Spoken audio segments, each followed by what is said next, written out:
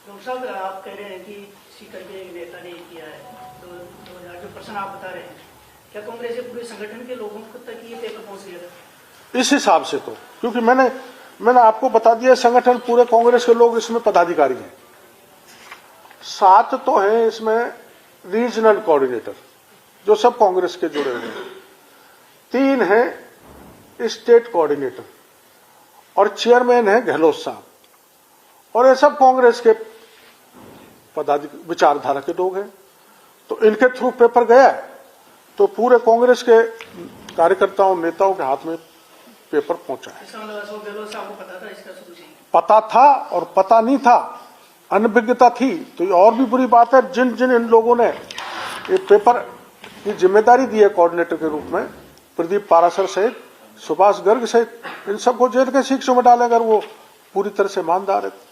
Doctor साहब, पिछले 1 साल में 3 सीबीआई जांच के अनुसार राज्य सरकार की तरफ से की गई, क्योंकि खुद मुख्यमंत्री को गंभीर बताया गया, गहलोत सरकार को गंभीर बताया गया, लेकिन 26 लाख लोगों की कहीं ना कहीं कैरियर से जुड़ी हुई जो बात है, एसओजी जिसमें गंभीरता दिखा रही है, बोर्ड तक जिसकी आंच पहुंच गई, जारौली साहब को बर्खास्त कर दिया गया, क्या इस मामले को तुरंत सीबीआई तक नहीं पहुंचाना चाहिए? क्योंकि जिस तरीके से अब तक लग रहा था दाल में काला है, लेकिन जो तथ्य लगातार आप पेश कर रहे हैं या विपक्षी दल पेश कर रहे हैं, उनको देखकर लगता है कि दाल काली, पूरी दाल काली है।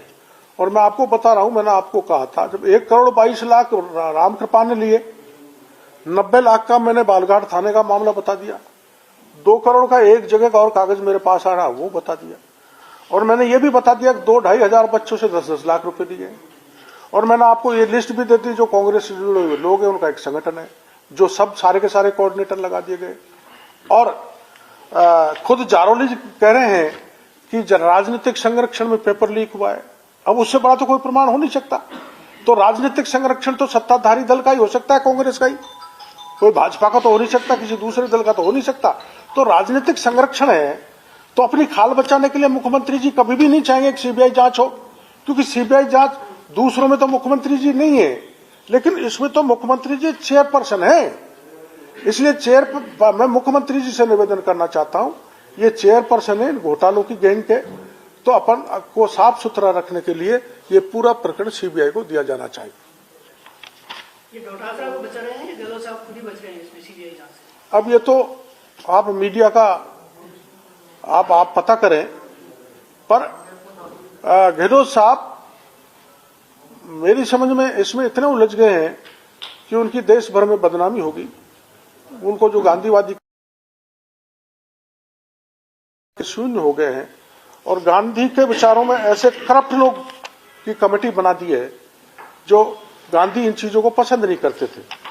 तो गहलोत साहब की प्रतिष्ठा का मामला है, अपनी प्रतिष्ठा साफ सुथरी रहे गहलोत साहब की, इसलिए मैं उनको करबद्ध निवेदन करता हूं कि इसकी जांच सीबीआई से कराई जाए। डॉक्टर साहब, इसका मामला जो है राजस्थान की 200 विधानसभा से जुड़ा हुआ है। बिल्कुल, लगातार जो अभ्यर्थी है वो अपने अपने कॉन्स्टिट्यूशन के जितने भी नेताओं से जाकर के मिलते हैं, बातचीत करते हैं, दबाव बनाते हैं, लेकिन कहीं ना कहीं वो अपने ही मुख्यमंत्री से या अपने कांग्रेस के बड़े लीडर से इस बात को नहीं कह पा रहे कि सीबीआई की जांच हो जाए या फिर इस तरीके की हो जाए।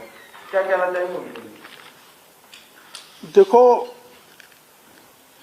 मुख्यमंत्री जी ने विधानसभा क्षेत्र के 200 जो विधायक हैं, उन हर विधानसभा क्षेत्र के उस विधायक को वहां का मुख्यमंत्री बना रखा है। और मैं 100% की तो नहीं कह रहा, पर 70-80% से ज्यादा विधायक अपने अपने क्षेत्रों में उन्होंने लूट मचा रखी है, भारी भ्रष्टाचार फैला रखा है, बदबू फैल रही है राजस्थान में, मनमाफिक थानेदार, तहसीलदार, एसडीएम, डिप्टी पुलिस वाले लगा रहे हैं, माफिया विकसित हो गए और माफिया के लूट हो रही है। जो लूट में शामिल हो गए विधायक, मैं हर एक विधायक ही नहीं कर रहा, जो लूट में शामिल हो गए, अपने विधानसभा क्षेत्र के मुख्यमंत्री बन गए, उनकी हिम्मत नहीं है कि मुख्यमंत्री जी के सामने बोल के सीबीआई की मांग कर डालें। डॉक्टर साहब, 2 आदमी और मुकर रहते थे, एक तो पायलट साहब और दूसरे हनुमान बेनीवाल, दोनों ही इस मामले में कहीं दबे हुए से नजर आ रहे हैं, ऐसा क्यों लग रहा है? वो तो आप उन्हीं से पूछे साहब, उनका हम बेनीवाल जी की तो एक पार्टी है बड़ी स्टेट लेवल की, बड़ा अच्छा असर है उनका, उनके 3 विधायक है, उन्हीं से पूछा जाए। और ये बात सही है कि पायलट साहब को तो कम से कम बोलना चाहिए, वो बोलते आए हैं। जो सरकार में जब भी ऐसी गड़बड़बाजियां हुई हैं तो बोलते आए हैं, इसलिए मीडिया के जरिए मैं पायलट साहब से भी कहूंगा कि 26 लाख बच्चों के भविष्य का सवाल है, उनको ये मामला 10 जनपद तक उठाना चाहिए, उनकी पहुंच 10 जनपद तक है और मुख्यमंत्री जी से भी बात करनी चाहिए।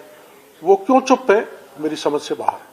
डॉक्टर साहब, ये आज सीएम साहब ने ये भी कहा है कि मैंने 20 साल पहले भी कहा था कि हर गलती कीमत मांगती है, लीड मामले में भी बोले हैं, क्या करेंगे? हर गलती क्या मांगती है? कीमत मांगती है। तो कीमत तो अब ये है कि गलती गहलोत साहब चेयरपर्सन है, उनकी पूरी गैंग ने घोटाला किया है, तो गहलोत साहब से गलती हुई है तो उनको हट जाना चाहिए। कीमत तो इसी में पूरी होगी, वरना पूरी होने वाली नहीं। आप हमेशा एग्जाम को लेकर गंभीर रहे हैं, बच्चों के एग्जाम लेकर। यूपीएससी में भी एक पैटर्न होता है, अक्सर इस तरह की चीजें होती हैं। आप कोई कॉन्क्रीट सजेशन को सुझाव सरकार को देना चाहेंगे किस तरह के? मैं दे चुका हूं कि यूपीएससी में जैसे कैलेंडर जारी होता है वैसे आरपीएससी में भी कैलेंडर जारी हो, और जिस पारदर्शिता से पेपर बनना चाहिए वैसे पेपर बनो, क्योंकि पारदर्शिता नहीं रखी गई। पारदर्शिता का कैसे भंग हुई? जिस फर्म को प्रिंटिंग के लिए सुभाष गर्ग जब अध्यक्ष थे माध्यमिक शिक्षा बोर्ड का, उसी फर्म को वो पेपर प्रिंटिंग के लिए दे दिया, तो गोपनीयता भंग कर फर्म का तो पता ही नहीं लगना चाहिए किसने पेपर प्रिंट किए, गोपनीयता भंग हो रही है। तो इसके लिए कड़े कानून की आवश्यकता है, जो मुख्यमंत्री जी ने स्वीकार किया है, और यही इसका इलाज है। यूपीएससी में ज्यादातर जो मेंबर होते हैं वो एकेडमिक ज्यादा से होते हैं, लेकिन आरपीएससी में ज्यादातर नियुक्तियां पॉलिटिकल होती है। वो नहीं होना चाहिए। आरपीएससी हो चाहे माध्यमिक शिक्षा बोर्ड जैसी एजेंसी हो, जो राज्य के भविष्य का, देश के भविष्य का निर्माण करने वाले लोग का चयन करती है, उसमें यूपीएससी के पैटर्न पर लोग बैठाए जाने चाहिए। पॉलिटिकल लोगों को यहां नहीं होना चाहिए। आपने देख लिया, पहले सुभाष गर्ग पर आरोप लगे, सिद्ध भी हुए, प्रमाणित भी हुए, अब इन पे लग गए, चूंकि पॉलिटिकल मैन थे। कांग्रेस ने बैठाया था, कांग्रेस की बात सुनी, कांग्रेस जिन जिन लोगों के नाम दिए उनको कोऑर्डिनेटर बना दिया, ऑब्जर्वर बना दिया, और उन्होंने सारे पेपर लीक कर दिए। तो ये नहीं होना चाहिए। सर, रीट का मुद्दा अगर इतना बड़ा है तो विपक्ष में आपके अलावा कोई इस तरह से मुद्दे को क्यों नहीं उठाता? बार बार इस तरह से आप प्रेस कॉन्फ्रेंस बुलाते हैं, रविवार को भी आप पत्रकारों को बुलाए हुए हैं, इस तरह से बीजेपी में और नहीं उठाया है, प्रदर्शन हुए हैं, और 1 फरवरी को हमारे माननीय प्रदेश अध्यक्ष जी वहां कूच कर रहे हैं अपने सिविल लाइन पे, मुख्यमंत्री जी के भवन का घेराव करेंगे। ऐसा नहीं है, अभी तक सो रहे थे? नहीं, जागृत हैं। उन्होंने तो कई जगह लोगों को निर्देशित कर दिया है कि इसको बड़े पैमाने पर उठाया जाए। सर, ये बताइए कि अशोक राठौर जैसे जो अधिकारी हैं वो क्या राज्य सरकार के प्रेशर में काम कर रहे हैं, इसलिए सीबीआई जांच दे देनी चाहिए? अभी तक तो नहीं कर रहे हैं, जो मेरा हिसाब से अभी तक तो अशोक राठौर जी किसी दबाव में नहीं है।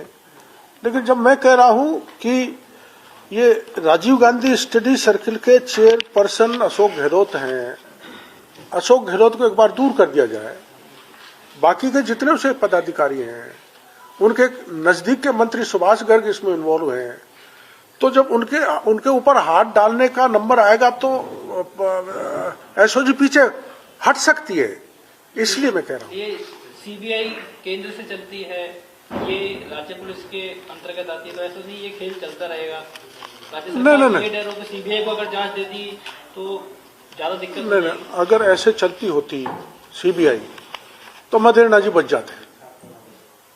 मदेरणा जी का जो प्रकरण था वो सच्चाई तक सीबीआई पहुंची। सर, ये जो आंकड़े हैं 2 या 2,500 अभ्यर्थी से 10-10 लाख रुपए लिए गए, ये कहाँ से आ रहे हैं? अगर आपके पास इसका कोई पुख्ता प्रमाण है तो आप एसओजी के सामने जाकर। मैं एसओजी के सामने 2 बार प्रमाण दे आया, और ये जो नाम आ रहे हैं ये लिस्ट भी मैं एसओजी को दे आऊंगा। मैं इसको उजागर नहीं कर सकता क्योंकि दबाव बनेगा। मेरे पास है ये नाम, आप देंगे जाके? देंगे, एसओजी को दूंगा। क्या सीबीआई और एसओजी को लेकर विरोधाभास है बीजेपी में? क्योंकि कटारिया जी प्रतिपक्ष के नेता कहते हैं कि एसओजी अच्छा काम कर रही है, सीबीआई जांच में देरी लगेगी। अब वो तो कटारिया जी से पूछो, लेकिन सारी बीजेपी, अधिकतर प्रतिपक्ष दल के नेता और शायद हनुमान बेनीवाल जी ने भी सीबीआई की मांग की है।